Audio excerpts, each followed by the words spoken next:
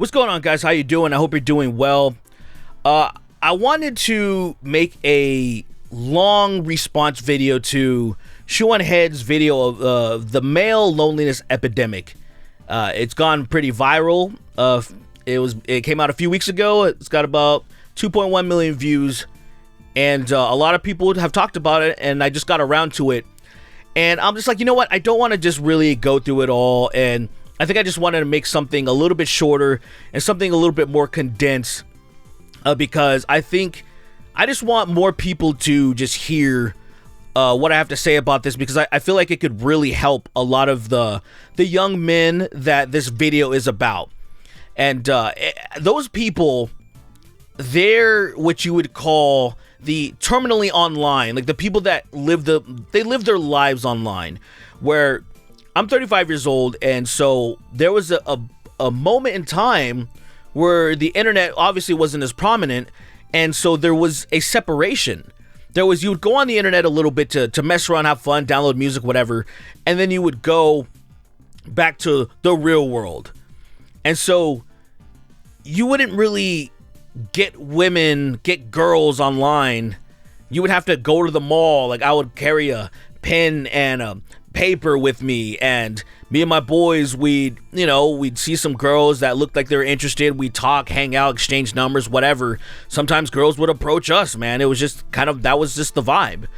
And things are very different now. Now things are all handled online, dating, whatnot, and it is what it is. That's just how things are. It's not even like, oh, I wish we'd go back. I mean, it doesn't matter to me. I met my wife online. My closest friend, he met his wife online. That's just it's just how things are. It's, you either meet somebody at work, right, which is usually the thing in real life. You meet your significant other because you worked with them, you went to school with them, or it's online stuff.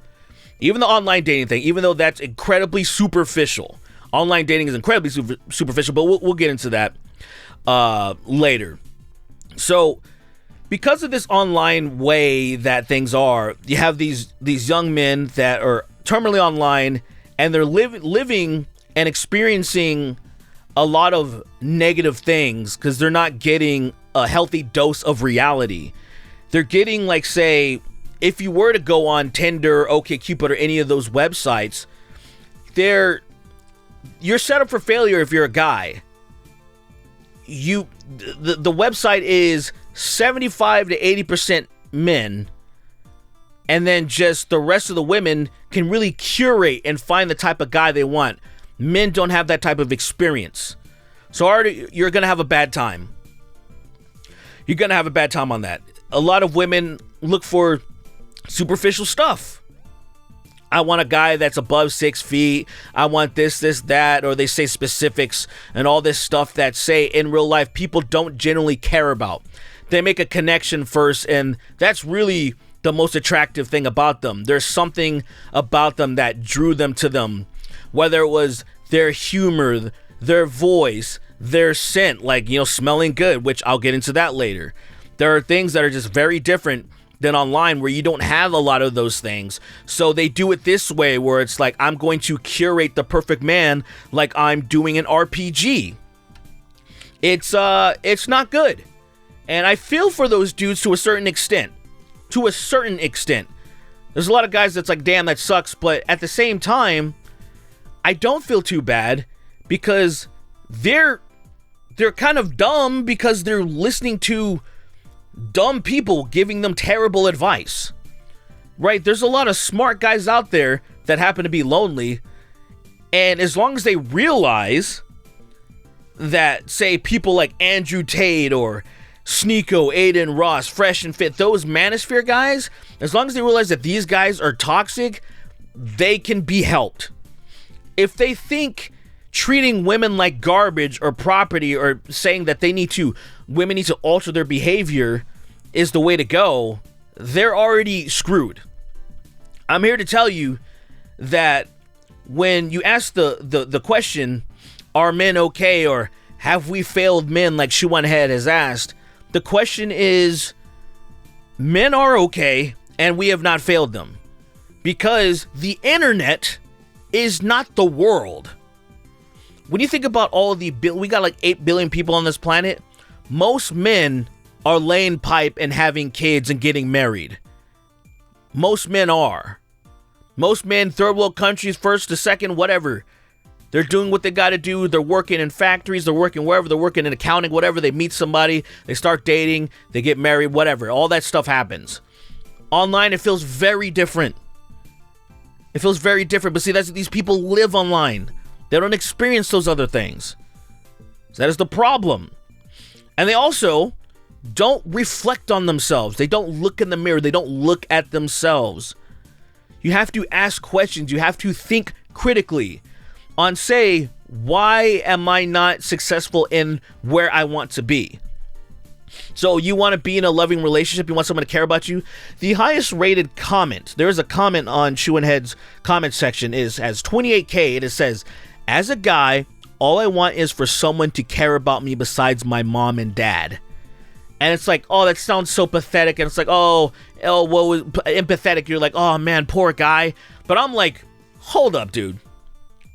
Have you ever asked yourself why no one but your mom and dad cares about you? Because your mom and dad are going to care about you by default unless they're monsters, right? You're their kid, so they're going to care about you.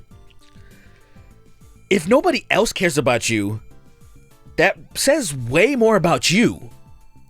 And that's the thing. I feel like a lot of these dudes refuse to look at themselves. It's why a Andrew Tate and a Sneeko and a Fresh and Fit will always blame the women for their problems. You know, I know Jordan Peterson's a part of this, the manosphere, but at least I've heard him say multiple times that men need to do better. Men need to pick themselves up. And that's real talk. See, these people, they've accepted that men are like, oh, we have the tough jobs, we build all this stuff, we do all this stuff. So you've accepted that you have a higher level of responsibility. But then at the same time, you're like, oh, they don't care about this and this. I'm like, well, which is it, man? Do you want equality, or do you want to be this patriarchal guy that has to be hard and has to have a certain standard and who really, you know, I'm saying you have to choose a lane. It's going to be much harder for you to listen to these Fresh and Fit and all these type of people that were like, oh, you have to be this guy that makes above 6 figures and all this and that because that's what women want. And I'm like, no. You live in that life, you're gonna have a bad time because that is such a small amount of people. What people do you know in real life live like that? What girls in high school do you know and people adjacent were like, oh yeah, I only hang out with dudes and Bugattis and all this stuff? No, usually you'll see dude's husband dropping them off at work or school or whatever, and he has some bum ass car because it ain't about that. Like, that's real life right there. Them sharing an apartment and grinding together. That's real life. Not some guy with some suite and we're gonna go fly to Dubai and all this stuff. That's just fantasy fake stuff reserved for a very small amount of people. Don't listen to those people. They are not you. It's like I've never understood why people would elect politicians that are absolutely nothing like themselves. Like, oh, let me elect this billionaire that's from New York and that is a crazy socialite hanging out with some of the worst people ever, and I'm a rural guy from Appalachia. And I'll be like, yeah, I like that guy. I like that guy. He says good. I'm like, what? But I feel like that's what people do when it comes to dating and this whole manosphere thing. It's like, bro, don't listen to them. Listen to regular people that are on your level. Like somebody like me. Some people say like they may think that, oh, maybe I got it a certain way. I'm like, no, I don't know. I'm on the level. I do things the way that other people do. I don't have a ton of money. I'm not balling. Never was.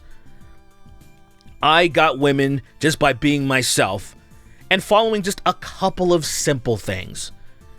There's really not much you have to do to be like a valued member of society, to have people care about you, for people to think you're interesting.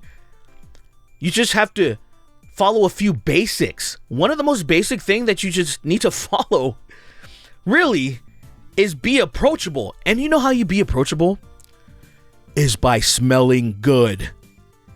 You know, I just look at these comment sections and choose video, And I'm being judgmental, but I know a lot of these dudes don't have good hygiene. I know a lot of these dudes they're online all the time. They're gamers. They're all this stuff, man. And one thing that I think a lot of gamers can understand, if you play any of the Soulsborne games, you gotta get good. You do need to do better. So it starts with having better hygiene. Get good. You will spend hours grinding a game to get good, but then you won't take at least one shower a day. You take a shower a day, man. Smell good. Use something like, this is what I use. I use Old Spice Captain. You can use Swagger, Champion, whatever, Bear Glove. They're all pretty good. My favorite is Captain. I think Captain smells the best. Use that. You get a loofah, man. You scrub. Not scrub hard. You're not trying to rip your skin off, but you want to get the dead skin off because you have dead skin on you. And guess what? It does smell a little weird. If you don't try a little bit harder to just do a little bit of exfoliation. Just the bare minimum. Cherry on top is cologne. I'll recommend Adidas Moves. This is what I use. A nice cool one. Ones that usually have a blue tint to it is usually what you're looking for. Cool water, but I use Adidas Move. Been using it since I was a little kid. I got a sample pack from my stepsister when I was like 10 years old, and I never looked back. As soon as I was able to earn money when I was 16 years old, always bought Adidas Moves. I have Adidas Move in my bathroom right now. You want to smell good. You're approachable now. You are now approachable. And here, let me tell you something. Smelling good is an easy way to attract people. Even people who are in relationships, even girls that are in relationships, they may just want to know where you got this so they can give it to their significant other because they want them to smell like this. It's something that, like, it helps a lot, man. I also use cocoa butter to lotion up. Cocoa butter smells amazing. So I'm just giving you some tips to smell good because that is the foundation to being approachable. It is so paramount. It is so damn important.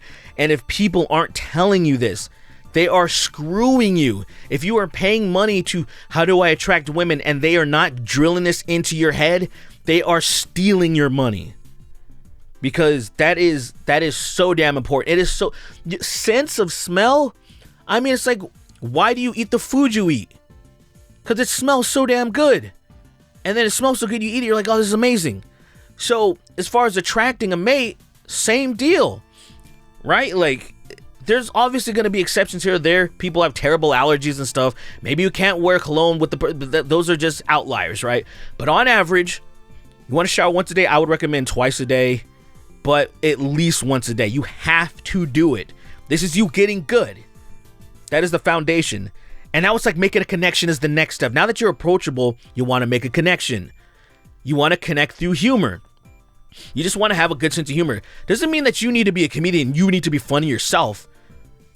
Bonus points if you are funny, right? Like, it's a lot easier. It was a lot easier for me to meet women and to bond with women because I don't like talking myself up, but I'm a comedian. I don't even like to say that, but I just am. There's hours and hours of content that shows you that, like, that's just what I do.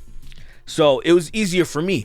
But if you don't have that, then you can bond in other ways. Have other people, comedians, professional comedians. You can go to shows, right? Catch them at their shows. It's a little expensive, so you can just hang out at each other's place. Watch Netflix specials. You could, you're into comedy podcasts, which I would highly recommend being in a comedy podcast. Just bond over that stuff. Like, there's so many ways you can go in sitcom, Seinfeld, whatever. It doesn't matter. Whatever you're into. Bond on humor because laughter is obviously universal. That is the one thing that people always want to do. It is the one thing that always makes everybody better. Even some of the worst people that are having the worst day. If you can somehow make them laugh, they feel a little bit better, right? That's just how it works. So if you can bond with people through humor, you're already in. So just imagine, you smell good. She's laughing her ass off being around you. Whew. Holy crap. You're pretty much in now. Like, you're pretty much in. Now, you'd probably be wondering about, well, what if I'm a broke boy? What if I'm this? What if I'm that? Guy, may I remind you that there are billions of people on this planet, And a large number of them are dirt poor. A large number of them have nothing. And they still get women. It's not about that at the end of the day. Now, if you're trying to attract a woman who is economically leagues ahead of you, well, you're setting yourself up for failure. Sure, you still could pull somebody like that, but you just want to, you don't really want to think about that. And if there is somebody who is in that part of their life where they are thinking about that, well, then they may not be for you. And that's one thing that I feel like sometimes people have a hard time letting go.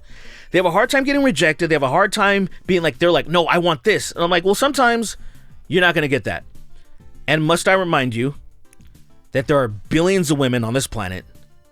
So just because this one didn't work out for you, this one didn't like that you were still going through college or whatever, you don't have a job or you don't have a car or whatever it is, well, screw it. There's going to be another girl that is okay with where you're at.